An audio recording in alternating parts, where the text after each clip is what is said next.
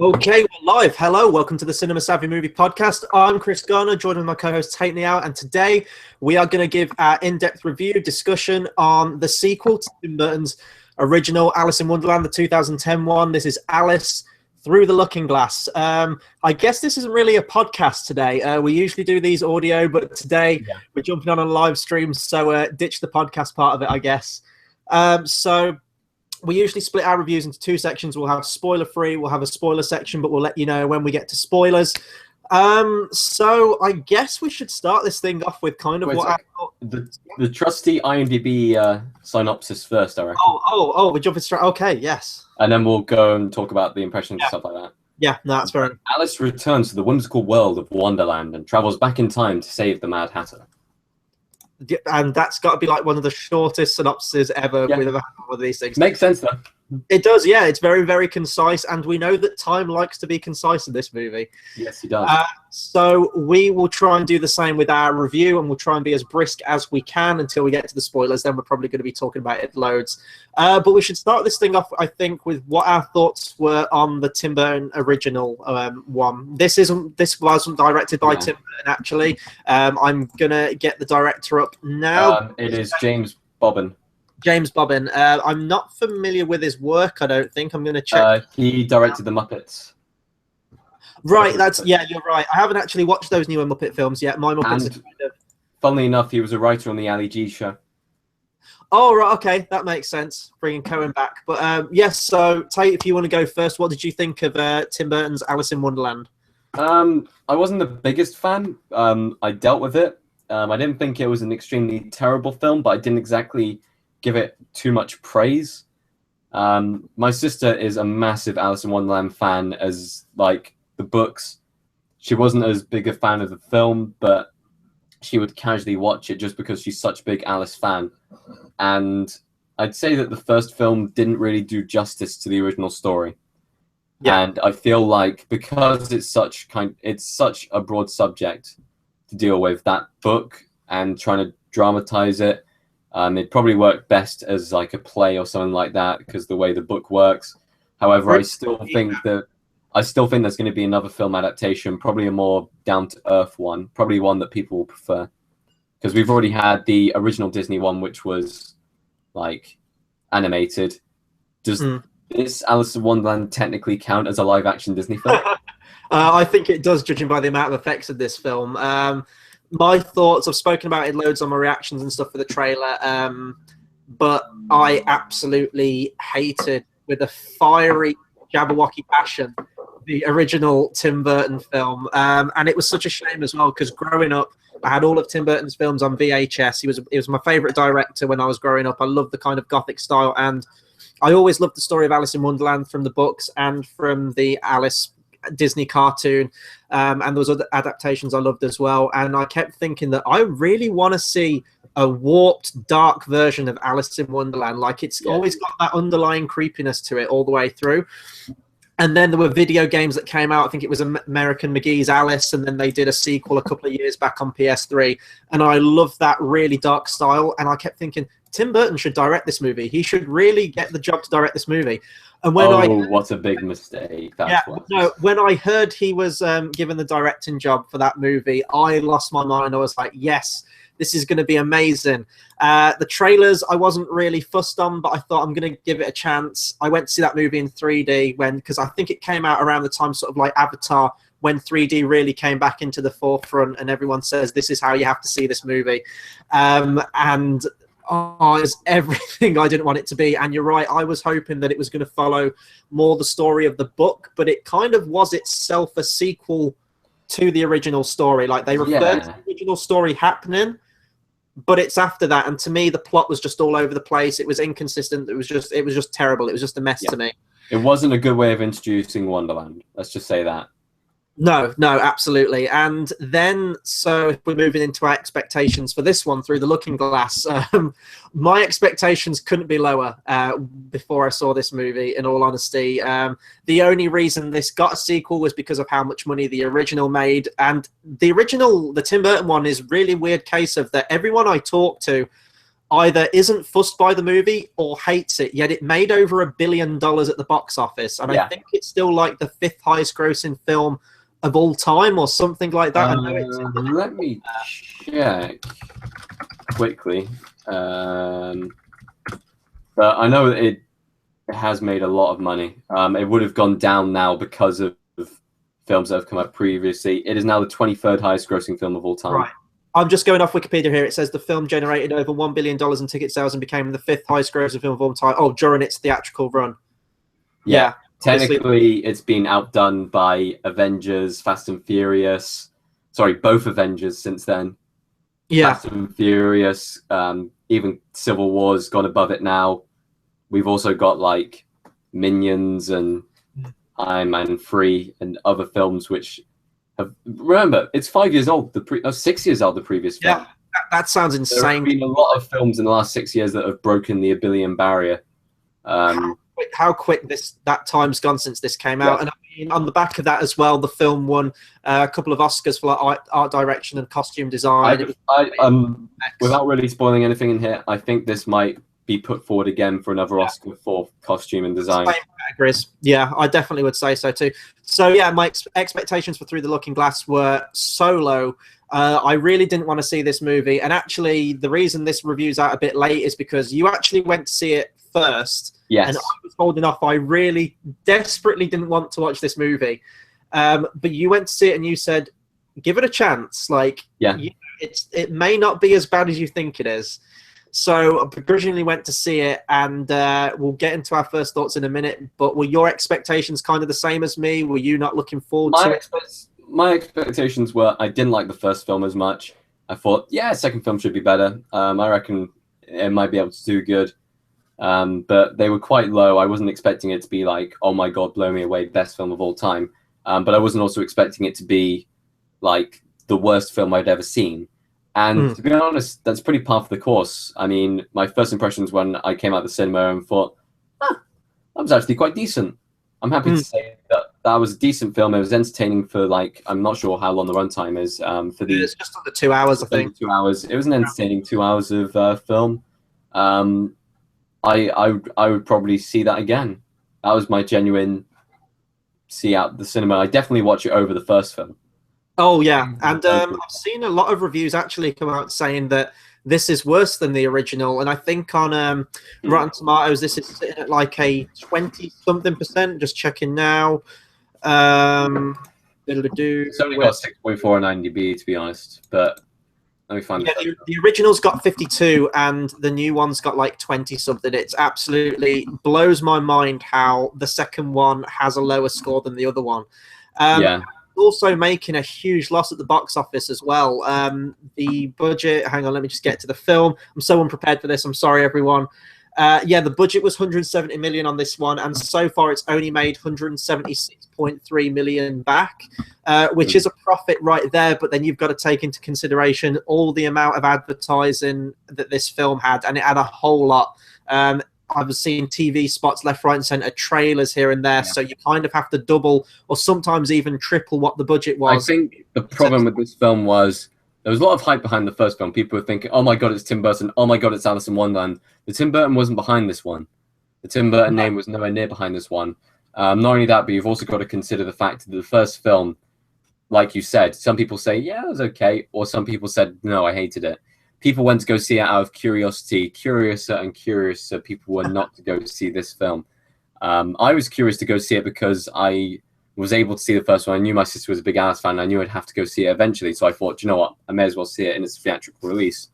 I knew it would always be visually quite good. I knew the costumes would be really good. And I knew that some of the characters would just put in a solid performance no matter where they came from. And in the end, that was basically what happened. Exactly the same as kind of what I thought of the first film, with some actors maybe showing that they weren't as good. They've gone away and done a couple of films. They've come back and now they're better. And yeah, the film just, for me, it worked as a sequel, especially to a previously not so good film.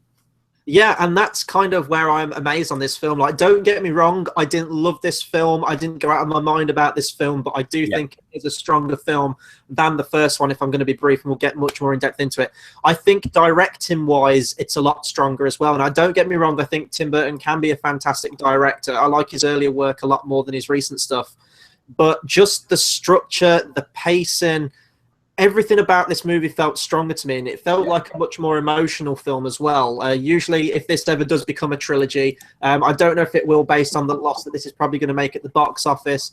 Yeah. There was a third book that was written not by Lewis Carroll, Alice Through the Needle's Eye, I think one of the commenters said on one of the reactions. So it's entirely possible they could. And I mean, yes, this is based on the Alice Through the Looking Glass book, but really only by title alone. The whole plot of this, I haven't read the book, but I'm pretty much 100% certain that this is doing its own thing with the plot. So they could do that with a third one, definitely. But I do think it's a bit of a shame if this does make a loss, in all honesty. Like, I hated the first one, obviously, but this one is definitely an improvement in a lot of areas. And it's kind of amazing in that way. Maybe it's down to the change in director, because I hated the script and the story to the first movie, but Linda Wolverton wrote the script to this one too.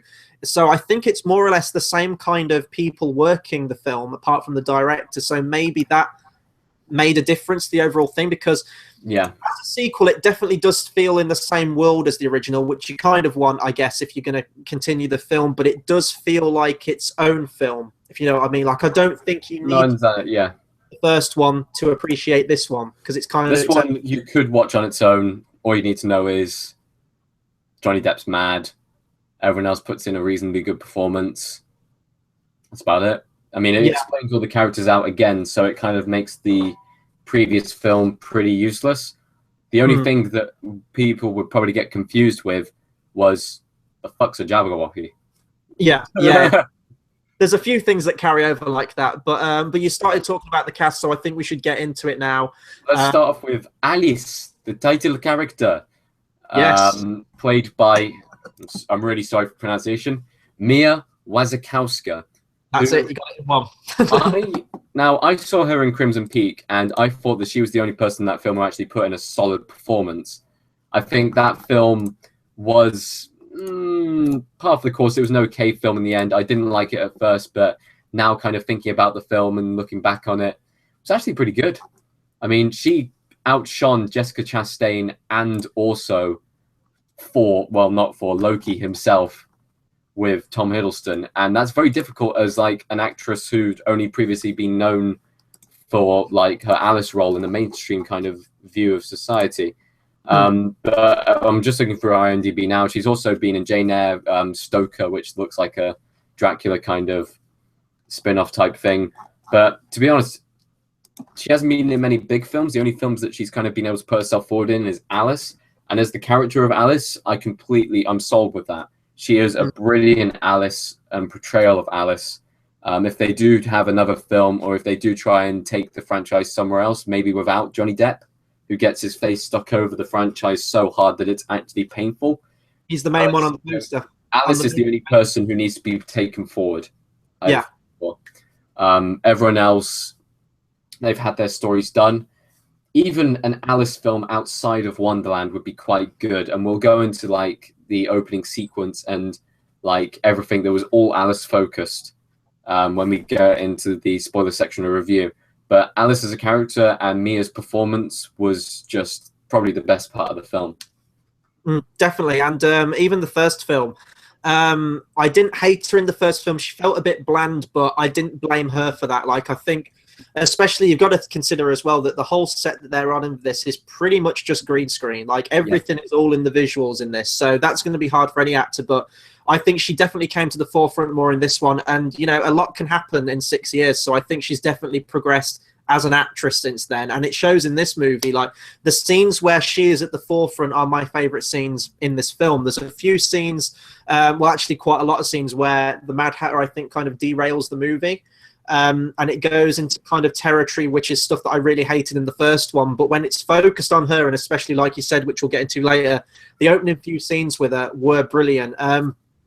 You're right. I'm kind of the same as well. I haven't seen her in a whole lot. I still haven't seen Crimson Peak yet. I do need to get on and watch that one. I need to go and watch it again, to be honest. So, hey, Yeah. I might put it down as my pick for next month's Timestamp Zero. Yeah, and I mean, even if it doesn't get picked for that, I'd still like to get a review done for that. Like a few of the ones that we missed, like either last year or this year. Hashtag Bring Back Film Club. Bring back, yeah. But I think in terms of films I've seen her in, I only saw her in Lawless, I think, the Tom Hardy movie that came out in 2012. She wasn't a huge part in that, though, and I can't really remember her in it. But you're right, she is definitely a lot better in this one, I think, than the first one. And she's a strong female lead as well. Like, she's not like overbearing about it. She is just like a genuinely likable, headstrong, which they call her in this movie, headstrong character, and I like that about her. And you know, if they do another one, I would like to see her more at the forefront, have a story that's more about her rather than her getting sort of caught up in other people's stories, if you know what I mean. That's the biggest problem I have with her story.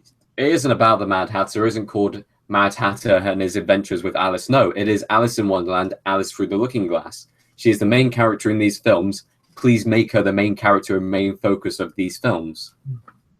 Yeah, she is kind of a supporting character in her own movies, unfortunately. Although I'd say that this film, she did take a bit more command, shall we say? Yeah, of the film. She bookends the movie with a moral that comes up, which I think the first one tried to do, but didn't do it as effectively as this one. But let's talk about the character who kind of ruins the film. And in fact, I said to you as soon as I came out the cinema, I said, really good film. The one thing that ruins it is Johnny Depp's performance in The Mad Hatter. But it's I don't know what. The only good film he's done in the last 5, maybe 6 years has been Black Mass. I can happily say that. And I have to say, I know that he had difficulties in and around shooting with his personal life. And that does kind of show on the screen that he has no heart for this film at all. He isn't playing the character of the Mad Hatter. He is basically Johnny Depp. Feels very phoned in. It does. Oh, it's so awfully awkward when you watch his character. I mean, this doesn't spoil anything, but most of the time his character's sat down and doing nothing. Like small facial expressions, that's it, no lines. And when he is on the screen, all the focus is on him because, of course, it has to be, because he's probably being paid the most out of everyone for this film. And he got top billing as well. Top billing in the credits, I would say. Above Wazakowska. That blows my mind. I'm pretty sure that if we rewatch back on the film, he doesn't get as much screen time as Mia. And I feel like Mia needs to get more recognition for this film than he does. And people will go down as the flop is on him. And I feel like that is completely fair. He has had a lot of flops. I mean, no one remembers Mordecai from last year because it was such a bad film. And he's had flop after flop after flop after flop. His first Alice in Wonderland, even though it made a lot of money, let's say critical flop. This one is I'd say at the moment critical and commercial flop, even though I'm giving it a reasonably good review or a reasonably average review. Maybe we're being too easy on this film, but I have to say the only bad thing from this film, which I found, was definitely the Mad Hatter. He ruined this film completely. They either needed to go extremely dark Mad Hatter, or they needed to go extremely off-the-wall bonkers. But Johnny Depp was neither. He was bland. How can you be a bland Mad Hatter? That makes no sense at all. Not even in the slightest. Yeah, and with Johnny Depp's portrayal of the Mad Hatter, and again, I don't know how much this stems from his performance or the kind of material and direction he was given to work with in the first movie, but I hate this characterization of the Mad Hatter. Now, a lot of people, when I bring up this criticism, a lot of people think, well, it's Wonderland, what do you expect? But to me, in the book of Alice in Wonderland and a few other adaptations, there's the only way I can describe it, illogical logic to the world. Yeah. If that makes any kind of sense. Like, yes, things don't make sense, but they kind of make sense in the world that it's set in. For me, Johnny Depp's performance in the first movie and kind of this one as well, more so in the other one, was just random. Like, what's the whole thing with this split personality thing where he like switches into like a Scotsman? Like, I don't understand that. And you can't just go, oh, it's Wonderland, it's meant to be wacky. No, it isn't Wonderland, it isn't meant to be wacky. It is Johnny Depp just having artistic freedom, which I think he did have in the first film. I think in this film, he was told to have less artistic freedom. They told him what his part of the plot was going to be, and in the scenes that he was in, he was allowed to have artistic freedom of that kind of sense. And I feel like because of that, he really did try to kind of dumb down the character, I would say. In the first film, he was intelligent but bonkers. That's better than being in like dumb and bonkers, which he is in this film. Now, I know this film does get this film does get confusing in some parts with the time travel, and we'll try and explain it later. But I still feel like him as a character in this film, he was completely outshouted by everyone else. Like, even when he was introduced back onto the screen by Mia was like, "Oh my god, it's Hatter!" acting really kind of cheerful and stuff like that, acting really well, and he was just sat there like. Again, that is kind of his character in this movie, though, isn't it? Like, I'm not going to get into the plot too much, but that's kind of where his character is at in this movie. But I agree, it doesn't make for him. I had a hint of Dark Shadows Johnny Depp in this film. Yeah, a little bit, kind of. Well, this, to me, I'm going to talk a bit more about Johnny Depp in a minute, but to me, this kind of goes through most of the cast in this movie for me. It definitely feels a lot more contractually obligated in this movie through most of the cast, to be honest. Mostly Anne Hathaway, who we know is so much better than this as an actress, and she is kind of wasted in this movie. Yeah. all the actors just kind of show up, do their work there, get the paycheck, but there's not really much passion. Even Helena Bonham Carter, who I absolutely love as an actress. I think she's fantastic. Like in Fight Club and like other stuff, she's always been enjoyable to me to see. She's funny in Harry Potter and things like that as well. She definitely has a good energy about her. But from the first film, the Red Queen was probably one of the best parts of the film. She was shouty, she was loud, she was obnoxious. She wasn't like the previous Red Queen from the animated version. However, I'd say that she was probably the best person for the role. Happily. Yeah. I'd say the casting in this film was pretty good before the first film came out. All of them fitted the character archetypes, basically.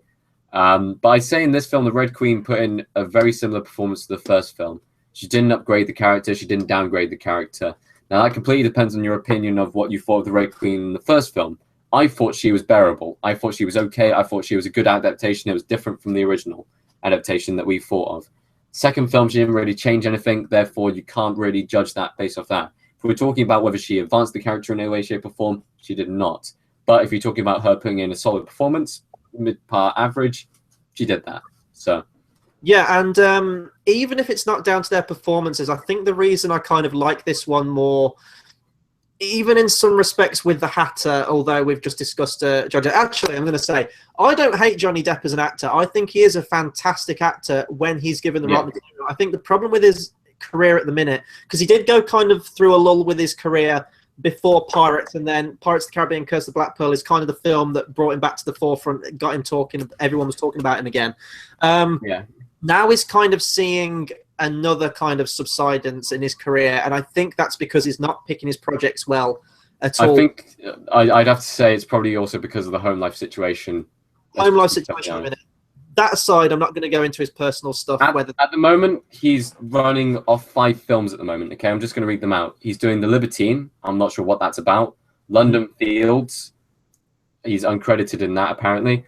He's doing Dead Man Tell No Tales, which is the new Pirates of the Caribbean. Romeo and Juliet, Sherlock Gnomes, which is the absolute worst name for a film ever.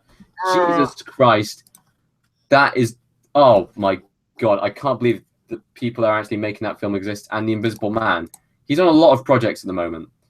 And I guess The Invisible Man's going to be one of those films that ties in with the Universal Monster series, the kind of cinematic universe they want to create, right? Because they're doing The Mummy... and they want to kind of branch out. I think they'd probably do like another Wolfman and Dracula and Frankenstein. He's the only person who's been cast for that. So but the thing is, like, he is a good actor. Like, I still haven't seen Black Mass yet. I really, really want to. That's probably Black Mass was the best film that he had done in a long time. And when I say a long time, I say best film since 2005. Actually, no. When was Curse of the Black Pearl? 2003? 2003, yeah. 2003. He's done. That's over 10 years. And Like I'd say Black Mass was probably the best one he's done in his entire career. That's a statement made there. He put a lot into that role, and it just got swept aside because all of his films at the moment, everyone's tired with him. He's just getting swept aside. I think he's just sort of caught up with this whole, and I kind of blame Pirates a little bit for this, but also Tim Burton as well. He's too caught up with these colourful, wacky characters. He's become like a kind of clown at this point as an actor, just like, oh, what new movies are going to be in, like, dressed up as now? And I think the gig's got old with it now. I think people are starting to realise that he's just playing the same character. I mean, if you look... If you watch Black Mass, that is not Johnny Depp. Yeah, that is Whitey Bulger. That is Whitey Bulger who he is playing. It's incredible. The accent is just a perfect Boston accent. His mannerisms, because I've seen like stuff about Whitey Bulger before. Everything about him is just perfect for it, and everything about his performance, you are scared by him. I've never been scared by Johnny Depp before until that film, and I didn't start seeing Johnny Depp. I said that was not a Johnny Depp performance. That was Whitey Bulger. That deserves to be nominated for an Oscar. It didn't get any recognition at all towards the Oscars. Not even a mention. Not even a, oh, that film got snubbed. And I think it should have been given a little bit more. But I think people are just tired of Johnny Depp. I think they are. I don't think the next Pirates of the Caribbean film will do much. Especially seeing as, what was it, On Stranger Tides? What even was that film? Yeah, it did make a profit. A lot of people went to see it, but critically, that film was really bad. It's my least favourite one of the series overall. I think it's everyone's least favourite one of the series.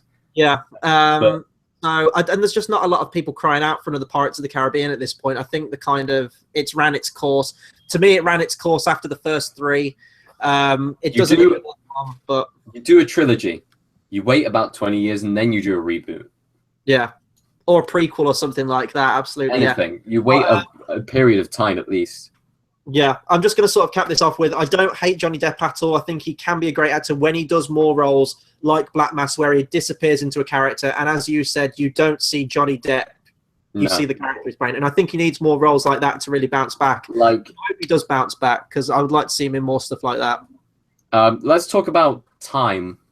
Yes. Time is the key, and Time is Sacha Baron Cohen in a very different role to the Brothers Grimsby or whatever you call it, which I think between me and Tom, I think we're both in agreement that is probably definitely going to be in our top 5 worst films of the year. Before we even go there, that is going to be either second or first.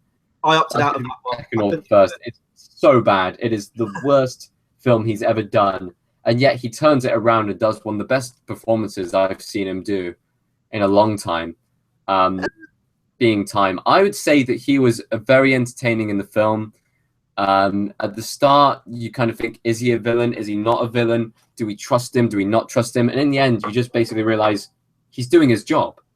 Yeah, absolutely. I'm not going to give anything away with spoilers and stuff because it's still spoiler-free, but I was watching, and I'd heard some reviews before as well saying, like, is he technically a villain? And I was watching it, and man, Alice is the villain in this movie for reasons I'm going to go into in spoilers. Yeah. But Time he's like pratfall. Don't mess with Time, people. I mean, there have been 3 Back to the Future movies which all state that you don't mess with time. Don't fuck with time, man. Don't do it. Don't do it at all. Not even once. Like, appearance-wise, he kind of reminded me of like a sort of like cyborg Jafar a little bit. Like, he definitely looks like a villain visually. Wow, I really want to see a cyborg Jafar in a movie right now. Oh, I have. This movie. But no, Sacha Baron Cohen, again, is one of those actors where, sort of like Johnny Depp, but to a less degree, I would say, he does play a lot of these costume characters. Like, he kind of went through the whole Ali G, Borat, Bruno, Brothers Grimsby kind of thing. And that was getting old to me, but he can be a good, serious actor when he wants to be. Like, he can have a lot of subtlety to his performance. And while I won't say that his performance in this was subtle at all, because he was playing a very over-the-top character. Oh, it wasn't subtle, but this is the kind of character you would see in Wonderland. But yes, definitely not Johnny Depp, this is the kind of performance that you'd want to see from Wonderland. And I wouldn't mind actually seeing Sacha Baron Cohen playing the Mad Hatter. I think it'd be a very entertaining performance. I don't know if he'd fit the role of Mad Hatter, but you're right. He did feel at home in this world. And when I saw the trailers, I thought, oh, we've got a new villain of the week with this fictionally created time character. I don't deeper than a villain. He was a lot deeper than a villain because he was both the villain, the hero, the working person, the person who's trying to keep everything under control. Yeah. He was all over the place. He was all over the time. But it kind of worked in that respect. And towards the end, he does kind of get sidelined a bit, I would say. Helena Bonham Carter's Red Queen character kind of takes the forefront a little bit more.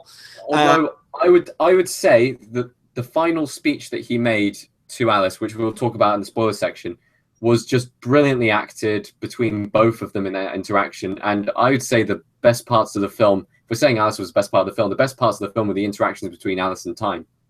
Yeah, definitely. And that's what I mean when the subtlety came into play. Like in those moments with the speeches, he did show that more subtle side to his acting. And that's why I really kind of liked his performance in this movie. When he first appears and like he trips over, and that's not really a spoiler, but he like pratfalls and he says some stupid lines. I was like, oh God, this guy's going to be in the whole rest of the movie. This is our villain, ladies and gentlemen. But then it settles.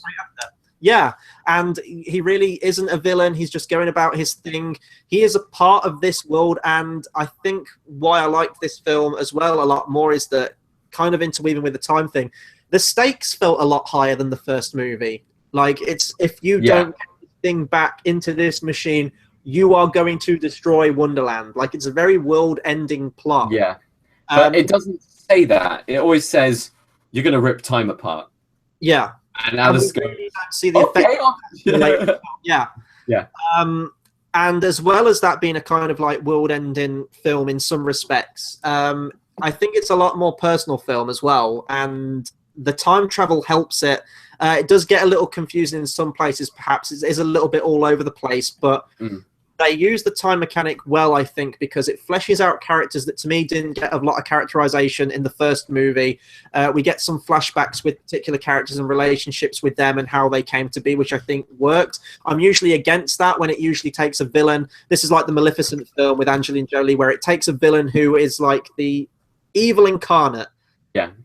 And then they become, through this flashback and prequel story, they become good. But I think it worked in this movie. We get a lot of backstory with the Red Queen.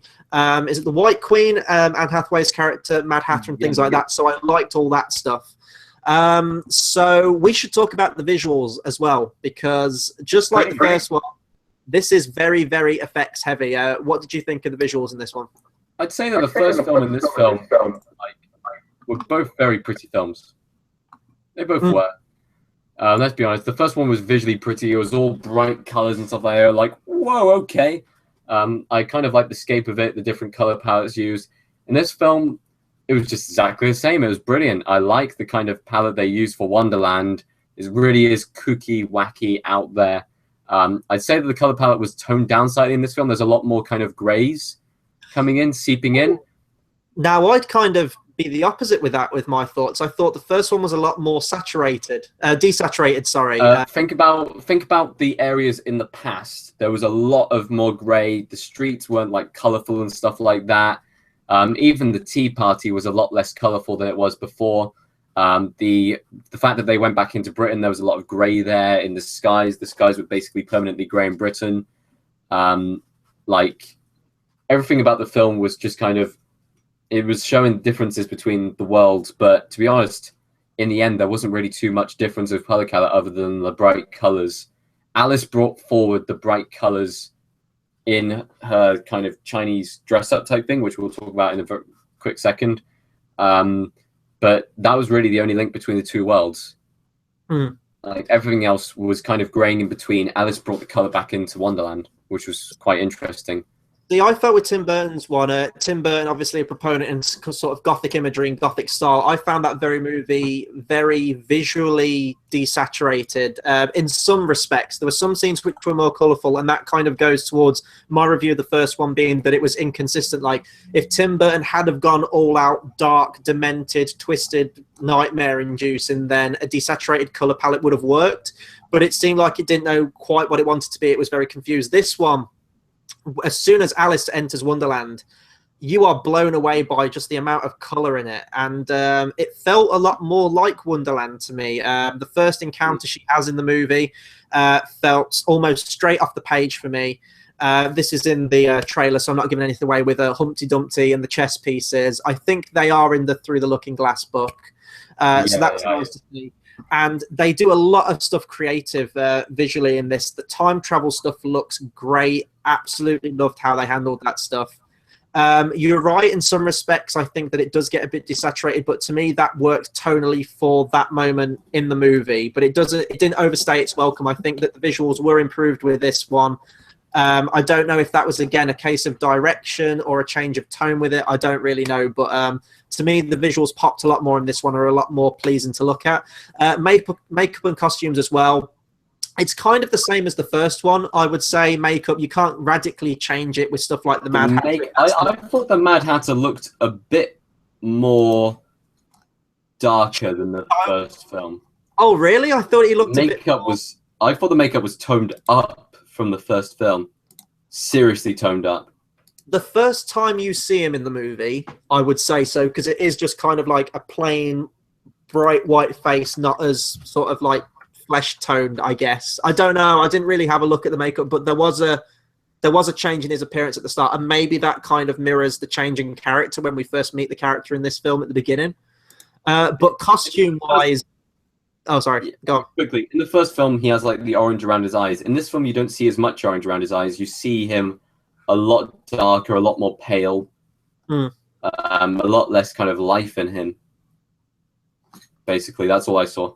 Well, again, that to me goes with sort of like where they take the character at the beginning of this film. But costume-wise, you mentioned about the Chinese dress that Alice had, which I think she wears through all of this movie after the intro kind of... Until she goes back to... we'll talk about it in the plot. Until she goes back through Looking Glass for the first time. Yeah, but the costumes, again, not much different. I mean, Hatter's in kind of the same kind of stuff. The White Queen is, the Red Queen is. Baron Cohen's costume is a little bit over the top, but his character is kind of yeah. So visually, I can't really fault it. I guess we'll just sort of go into our positives, negatives now, and then we'll get into spoilers, and we'll kind of speed through that as quick as we can. So, Tayte, positive and negative from you. Positives, Mia in the main role. I'd go also with the visuals and the costumes. However, negatives, just Johnny Depp. We've really been ragging on Johnny Depp in this review. No, seriously, he's better than this. He really is. And this was a half-par performance, and it kind of shows with the box office sales. Yeah. For me, positive, I guess just that I actually sort of tolerated this movie, which I would never have expected me to do. I just think that the story does get a little bit muddled towards the end, so I guess that's my negative as well as the Mad Hatter character kind of derailing the film. I think that the plot in the second half kind of mirrors that of the first one, and it gets lost, and you just sort of sitting there like, oh, paint by the numbers, come on, get to the end. Whereas I think the first half of the movie did a really, really great job of getting us back into this world and setting the story up. Other positives, Mia Wasikowska was great as Alice. Wish we could have seen more of her. And I enjoyed hearing the Alice theme again. I love Danny Elfman's music, and don't get me wrong, the soundtrack to this movie is very forgettable. It was good whilst watching, but I can't remember it now. Yeah, exactly. And this is kind of it with me for Danny Elfman. Like, I went to see him in concert last year, I think, and it was fantastic. He was playing all the music of Tim Burton, but he does have a very unique style to him, but because of that, his scores do kind of sound very repetitive. I didn't realize he'd come back to do this one. I thought he was just sort of like attached to Tim Burton's version of Alice, but hearing the main theme again and then getting to the credits and seeing his name again there, it was nice to have him back, and it did have that consistency with the first movie with the music.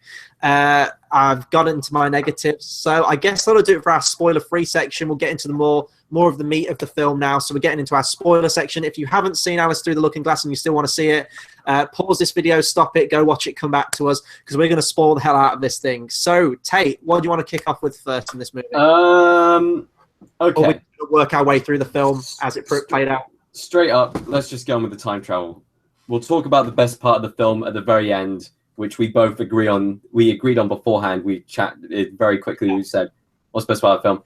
We both had exactly the same. So let's just talk about the time travel here, because we've got to get this straight, okay? Because we had to actually go back, and he's just come out of the cinema from this, and we both had to kind of agree on what the time travel elements were. Yeah. So Alice goes through the Looking Glass. She then gets the chronosphere from time, which she goes through a clock to go get. She then goes back in time to go see the Red Queen getting crowned, but she doesn't get crowned because it doesn't fit on her head. She then spites the Mad Hatter family. Mad Hatter leaves his home and leaves his family. Alice then goes back in time to go see what happened, to see the Red Queen turn out so bad. She actually visits the parents to try and find out that information. She finds out the Red Queen bumps ahead, so she tries and changes time. By doing that, she changes time, but the event still happens. Red Queen still bumps her head. She then goes kind of back through the mirror because she's ushered in. It's the only way she can get out through time. She gets kind of jailed up and chained up for having female hysteria. She then goes back through the Looking Glass again with the chronosphere. She then goes back in time to the day where the Jabberwocky attacked the Mad Hatter's family. She then sees the Mad Hatter's family survive. She then goes back forward in time, grabs the Mad Hatter and all of her friends, stuff like that, goes and chases after the Red Queen. Red Queen traps Alice, steals the chronosphere, then goes back in time to go and basically try and kind of find out the truth / change her own past to see basically to stop the events leading up to her becoming the Red Queen. She then basically not accidentally, she forcefully sees herself, which kind of breaks time completely. Everyone turns into weird leafy bronzeness and becomes autumn. Everyone basically becomes autumn. Alice then has to race through time, grab the chronosphere, try and get all the way back and put the chronosphere back in place so that time can reset itself. She only just does this whilst everyone gets frozen. Everyone then gets unfrozen. Red Queen is forgiven by the White Queen. Mad Hatter's reunited with his family. Time and Alice have a brilliant conversation, which is probably the second best part of the film. Alice then goes back in time and basically lives out the rest of her life. Is that the film? When you said you wanted to speed through the spoiler section, I just quite that quickly. There's a lot of stuff we need to talk about. Did I get that right about the time travel element, though? I think you got it right. Sure. Yeah, I think you nailed it, man. Right, so I'm going to go back in time now. I'm going to go back in time to the start of that point. So we meet Alice as a sea captain. The best part of the film. There's this very, very awesome, almost Pirates of the Caribbean-like sequence where she's being chased by enemy ships that are trying to blow them the fuck up. And, they're sailing, it's stormy, it's visually just gorgeous everywhere. It's all CGI, but I don't care because it looks great on the big screen. She's approaching rocks, and she's like, we need to turn the ship upside down, like, loose the sail, we need to tip the ship. And I was thinking right there, are they going to do like a Pirates of the Caribbean at World's End, and they're going to like rotate the ship, and they're going to like meet Johnny Depp in like the afterlife world? But no, I mean, that was great to watch. Completely, just physics didn't exist in this scene, but it was great to watch, and it really put Alice at the forefront. I couldn't exactly remember where we left off with her character at the first one, so I'm assuming it ended with her walking onto a ship. I think that's how it ended, and then the butterfly kind of went into the sky, if I remember rightly. But I thought it was a great introduction to Alice, because this is like an Alice we haven't seen before. And again, we were talking about Mia being great in this role. She's definitely a strong lead in the film. And this basically just showcases that. Then when she gets back to London, it does kind of regress into the first movie, where her fiance from the first movie, who she decided not to marry in the end, is the most over-the-top, foppish, upper-class, stereotypical British guy you'll ever see. He's like Nigel Thornberry in this movie. Actually, there's two in this movie. Smashing. One's Patter's dad and one's Hamish. So over the top. And I didn't know whether to mark this movie down because of that, because it was so on the nose. But again, this is a Disney kids movie, and I've lost count of the amount of Disney movies and kids movies I've seen with stereotypical characters like that. So he didn't really bother me. Although Alice, I think the main difference here was these guys were very stereotypical for their time. Alice was breaking the stereotype completely by wearing outlandish costumes and speaking when she wasn't meant to be spoken to. But I think that was the whole point of the film. Yeah, I think they could have done a bit more subtly, though. It was Alice versus the world, and time, and the Red Queen, and Underland. Yeah. So after that, we get our return to Wonderland through the Looking Glass, and the last ever film appearance of Alan Rickman. He only provides the voice of this, obviously, as Alan Rickman. The butterfly in this movie was the caterpillar in the first one. It was great, yet kind of surreal to hear his voice again on a film. And this will sadly be the last film he is ever in, which is a shame. Not that this is a terrible movie, but you know, it would have been great if his career could have carried on. We could have had more, but it was nice. I can't remember what his exact last lines were, but I think it was, "You've been gone for too long, Alice. You need to attend to your friends," and that is just a good line to end on. That really is. And you said as well that, like, originally the character was probably going to be in it a lot more. He may have been a companion all the way through time, and that would have been nice to see. He follows Alice in the real world, just like he follows Alice in Wonderland. He's the only person who really transfers across. Yeah. So he really is her guide to both worlds. I think it would have been nice to have seen him in more of the film, but obviously you got to do what you got to do, and I think they worked around it very well, and it was nice to still have him be a presence in the film somewhere. Then... wow, she goes through that looking glass, and this is where I sort of started to really get on board with this movie. When we get to see like Humpty Dumpty the chess pieces, I was like, this is the Alice in Wonderland I wanted to see in the first place. This is completely what it was like, tonally. The characters were funny. I loved all the king's horses and all the king's men. There's a lot of puns in this movie. Some are quite cringeworthy, but there's a scene later on where there's kind of like a pun off, which was probably actually one of my favorite bits of the movie, because I love a good pun when they're not just overbearing and just horrendous. Yeah.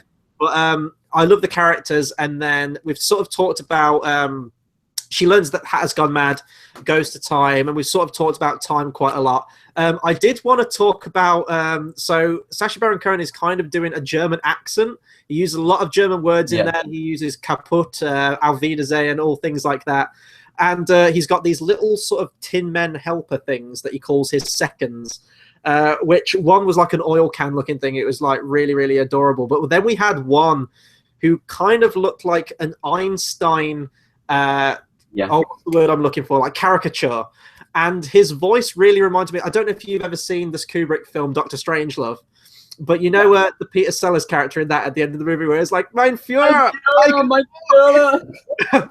He really reminded. He had a voice like that, and I was like, "Oh my god, this is surreal, but kind of amazing at the same time." It makes me want to watch. I have to say, first of all, I first thought German, maybe. Strange. He might be doing the German version of Swiss. You know, Swiss is kind of very key place for time. But then I thought German, efficient. We're going with stereotypes here. It's going to be one of the two. But yeah, definite hint of German or Bavarian. Bavarian, yeah. So old-timey German. But for me, stuff like that, though, it does take me out of the movie a little bit. And this is probably another reasons why I didn't like Johnny Depp's sort of like Scottish, weird split personality Hatter thing. Because it's too many qualities that remind me of our world. And Wonderland should be its own world. But then again, everyone's going to be talking with a British accent, so you could say, why does everyone have to speak British? Because the writer was British. Yeah, that's a fair criticism, but it's always like fantasy as well. Yeah. Like Star Wars or something. It was that moment in Force Awakens where a guy speaks with a Scottish accent. I was like, whoa, so there's a Scotland in Star Wars. Oh, that's a country club. Oh, that's a country club, yeah. So that was kind of weird, but no, I did like his performance. And visually, like how his sort of lair looked, it was very sort of evil castle, but with like the clock spinning around it. It was very efficient with the him-shaped holes, but that didn't work out in the end, did it? That was kind of funny, where he goes like, damn me-shaped corridors or something like that. Like, it's like a cutout in like a Wile E. Coyote cartoon or something. Okay, I'm just going to skip forward slightly now. We're going to skip to the scene where we basically learn the origins of the Red Queen, and we really do see. This is probably one of the most dramatic and probably the saddest part of all the films, because throughout the entire films, you feel like every character is safe. Even though they have the Jabberwocky, even though they have those different things, you think they're going to get through it, it's all going to be fine. Whilst you see kind of the origins of the Red Queen, and you see time basically ripped to shreds as a person, you really do think stakes are high here, okay? Yeah. Which and wasn't with the first film. It's all Alice's fault. Alice is the villain of this film, definitely. He told her not to mess with the thing, and she messed with the thing, and now the Red Queen is also the villain, but now you understand that it's not her fault. She's got a motivation. She's got motivation. Not only that, but like her backstory is tragic. I mean, she gets blamed for something she doesn't do. She runs away. She trips over. She bangs her head. This gives her a deformity, which she then gets the mick taken out of her and gets shown up in public. That makes her aggressive, and that basically makes her discontinued from her family and go on a rampage. Yeah, That's and tragic. Also, the reason I'm decided to wear a Hobbit shirt today is because of this guy here. A very, very surprise appearance of Richard Armitage as the Red Queen's dad. Did not expect him in this movie, and it was just like, oh my god, Thorin Oakenshield's in this movie. It's amazing.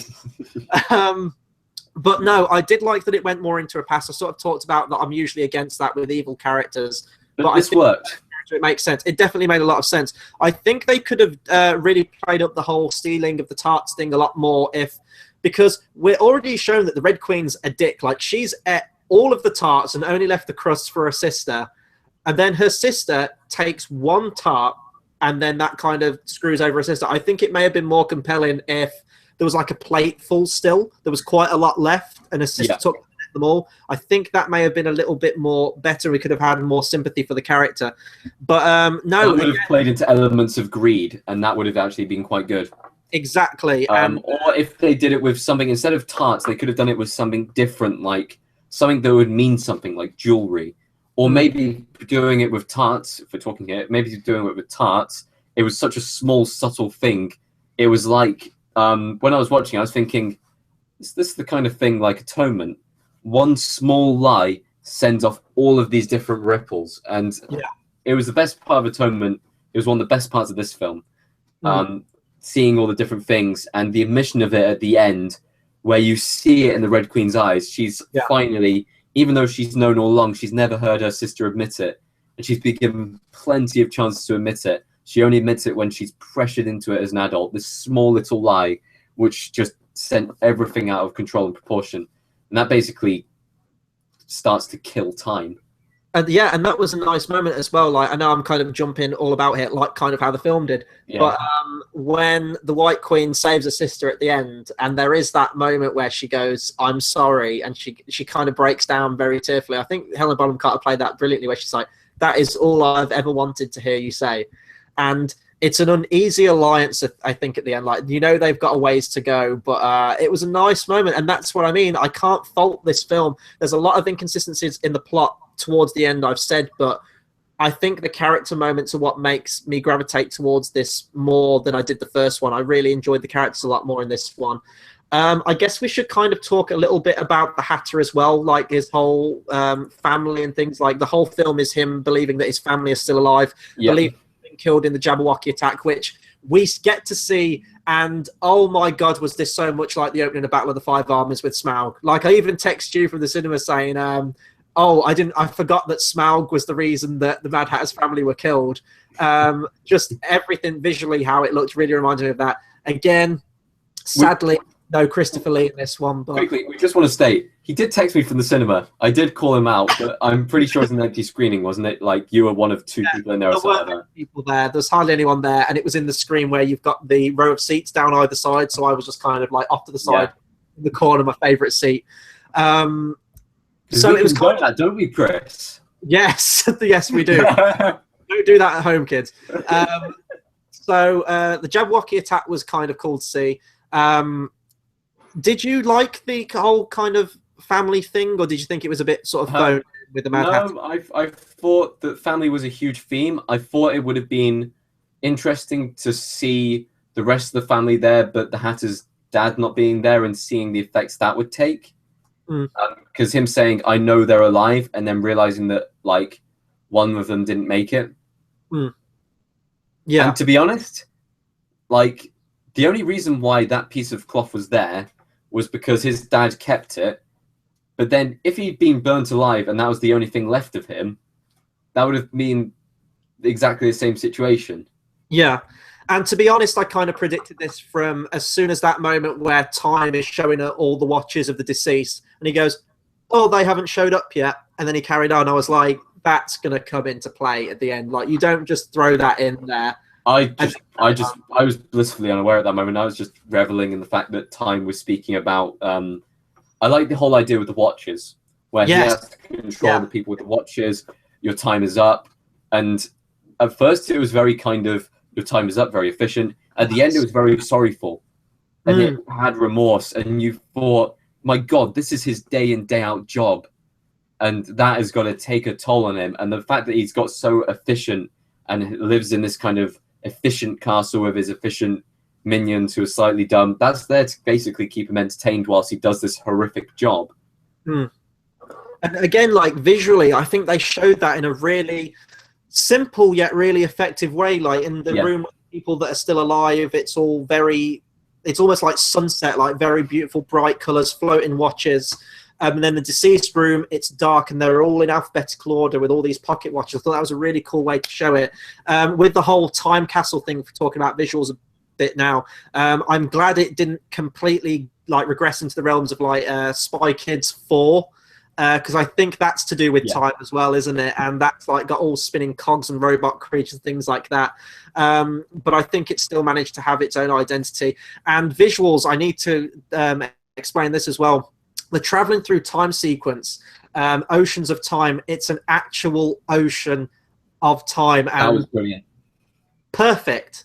This is what I want. This is outlandish, weird, crazy stuff, which is Wonderland. Everything in Wonderland is literal and over the top. Yeah. That's what you want. If you want a Mad Hatter, you want him to be literally mad, and you want him to be over the top. But Johnny Depp was just neither of those. Yeah, he was very underwhelming. Yeah.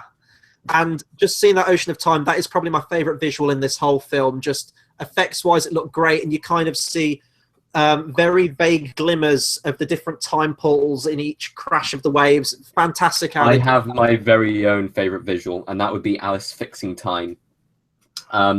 When time breaks, everyone turns into these golden leafy kind of things. Everyone gets frozen in time. Everything goes kind of bronzed. That final image of her reaching for the capsule, and she's kind of got sat there, and she's holding it like that, and then it kind of pans out, and you see everything kind of crystallized. That was beautiful, and you could see like flakes dropping off of everyone. But I have to say, that final sequence, I'm glad the film kind of continued on from there. I'm glad it had somewhere to go. We were all predicting that it would kind of stop. She'd either dunk it in like proper slam dunk 360, like crowd goes wild, or she would only just make it. And I'm glad that it kind of stopped for a second and it kind of tips over slightly. But once again, I'm all for the bittersweet ending on any film I see. How amazing would it have been to just have everyone frozen in time? Dark as shit at the end, just everyone. But then, what could have happened was they could have waited a while. This would have set up for a good sequel. They could have waited. They suddenly get unfrozen by something or someone. Maybe Alice, like, somehow manages to get out. She then goes back to present day, and it's in the future. And she has to deal with different things in there, and she has to make the decision whether she wants to live in our times or go back to Wonderland. No, that would have served for a good sequel. Like, Alice just breaks out of the thing, and it's like the ending of Evil Dead 3, where she's like, I slept too long, and it's like all changed and horrific in the background. I'm not sure about the story of Alice Through the Needle's Eye, but I reckon that sounds like something that would happen in that. I think it's going to depend on how much this one makes, and judging by how much it has. It's not going to make much. The only conditions I'd want to see a new film under is if Johnny Depp is not in the film. I which think the is Mad Hatter needs to sad be because he present. would have to be in it. Have him as a supporting character. I want to see. Have him 5-minute screen time max. Yeah, I just want to see a new adaptation of Alice in Wonderland, like truer to the book. I think that, like, sort of how the film plays out, it's very episodic. It's kind of like the Hobbit book in that respect. It's kind of just one character, Alice, going from person to person, character to character, meeting all these new wacky people and having adventures. And I think that can be done well. I think it would work as a TV show, actually. It would have to be a very high budget TV show, though. That's the only problem. And I think how this film kind of ends, it does end, I think, with the knowledge that they might not come back to do another one. I just kind of got that sense. Say goodbye to the Hatter. Saying goodbye to the Hatter, and he's like, I don't know if I'll ever see you again, Alice. And I know they did something similar to that in the first movie, but to me, with just kind of the reception from this one, Johnny Depp's career and things like that, I did kind of get that impression that they're capping it off here in case they don't come back to do another one. And I think it would work. The ending shot is very kind of sequel baity, but I think this could be the last one. The ending shot was exactly the same ending shot as the first one. But with a mum, wasn't it? In the original, it was just her on her own. If I'm just going to think of anything else I can say about this movie before I peace out, I was expecting a lot more from Moriarty in the film. He's a great actor, and he's very creepy. I think that... What's his name? When I saw that, it's something Scott, isn't it? I can't remember it. I always keep Andrew Scott. Andrew Scott, that's it.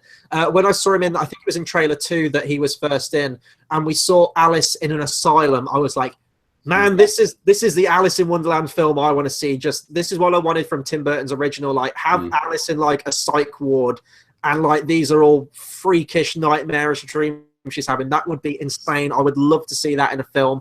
I don't know whether you'd be able to tack the Alice in Wonderland name on a film and have it be like a 15 or even an 18 or something like that. What you could have done was, well, there was a video game that was like that. There was a video game, but video games are very different to films when it comes to marketing and things like that. But I'm trying to think if I can say anything else. No, I'm going to cap it off, recommendation again. I would recommend seeing this film. I think it's harmless enough. I think as kids' films go, it's the message is nice. The life lessons are quite nice in it. How it deals with time at the end, especially the bit where she hands him the pocket watch of her dad at the end and says that I think you two would have gotten, I think you would have been friends. And he says, they say that time has no friend or something. Oh, I can't remember the line they say. They use so many time puns in this film. That whole scene where he goes to the dinner party. Oh, that's what I was going to say as well. How it ties things back into the first one. How he's the causation for why they're always stuck in tea time. That was kind of nice to see. But I just think the character stuff was a lot nicer in this one. The only problems for me were an over-reliance on the Hatter character, and I do think the plot kind of did get a bit muddled and painted by the numbers towards the end. Performances, I think, are solid. Rhys Ifans is absolutely just... You would not even know it's him playing the Hatter's dad. I was so shocked when I saw his name at the credits. Yeah. But no, again, I didn't rave over this movie, but I was definitely pleasantly surprised. And I'm glad you said... give it a chance, because otherwise I think I would have just skipped this one entirely. And in all honesty, with the films that we've got out at the minute, with Teenage Mutant Ninja Turtles 2, which I still haven't seen yet, granted. And Warcraft, which has been universally panned. I have seen Warcraft, and I would like to get on a review at that at some point. I don't know if you're planning on seeing it. George can't at the minute, so I might have to do a solo one on that and piss off a lot more people, apparently.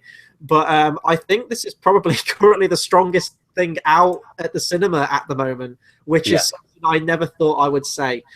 But yeah, that's been our review on Alice Through the Looking Glass. Be sure to comment, subscribe, let us know what you thought of this movie. Let us know what you thought of the previous one, and do you think this is an improvement, and would you like to see a sequel? Before I peace out, I am going to recommend 2 other Alice in Wonderland products that people should watch instead of the original, and maybe instead of this as well. Okay, so we've got the obvious one. We've got the Disney's Alice in Wonderland, which is a film that everyone should see. It's a fantastic film. This is my favorite live-action version of Alice, and I think it's closer to the book and the spirit of the book, and I think that everyone should watch this. This is Alice in Wonderland. This was a 1999 made movie directed by Nick Willing, has an all-star cast, and to me, if you're going to go with an Alice in Wonderland film or anything like that, this is the one to watch. This is fantastic. It goes through more or less everything from the first 2 books. Definitely check that one out, because I think more people need to watch that one. So that's been my film recommendation. Which Alice, though? Because I like the Alice in this film. I think this Alice in this movie is truer to the character. Actually, I think that the Disney Alice is the best Alice we've seen. Definitely a lot more kind of wide-eyed, naive, and entering this world with brand new eyes. But I do think Mia is fantastic, and I think she had a lot more to do in this movie than the first one, and I would like to see her have even more to do if they do a third one. But yeah, so that's been our review on this. A lot more coming up on the channel. On Tuesday, we'll have our next Game of Thrones discussion. Can't wait for that one. I'm looking forward to that every week now because Series 6 is amazing. We should have some more film reviews up very soon as well. As I said, I might jump on and do a solo Warcraft one, and we've probably got some other films coming out next week. I can't remember exactly what's out. Yeah, I'll have to have a look. Oh, wait, no, I can't because I'm going to be on holiday. You are out, yeah. I think George is back, so that'll probably be me and George man and thought on that one. And also in the description below, we have the voting system, the straw poll voting system for episode 3 of Timestamp 0, which will be happening on the 26th of June. We do that on the last Sunday of every month, and it's a film that you get to vote on, which one we all sit down and do a commentary on. The last 2 episodes have been great. Previous one was Rush. You can check that out in our previous videos. These are my film picks this time. Very excited to see which one gets picked. Last time I checked, it's pretty level pegging across the board. So I'm just going to have a look very, very quickly just to try and find out which one it is. So people, you can vote, and yeah. Do you want to just name out the films quickly whilst I found it? Yes. So we choose 5 picks each. So my picks for this month are, we've got American Psycho, we've got Braveheart, we've got Rocky, we've got John Carpenter's The Thing, and oh my god, I'm blanking on the 5th one. The Terminator. Terminator. Yeah, absolutely. So at this present moment in time, we got 2 votes for American Psycho, 1 vote for Braveheart, 2 votes for The Thing, 1 vote for Rocky, and 1 vote for The Terminator. So, man, it's still all open at the minute. Everything could change. There's no clear-cut winner on this one, and that's what I like. The previous ones has kind of been a walk-away winner. But as I said, 26th of June for that one. Get voting. Get picking the film. But yeah, we've rambled on long enough about this movie and all the other stuff that's happening with the channel. So until the next video, we'll see you guys next time. Thanks for watching.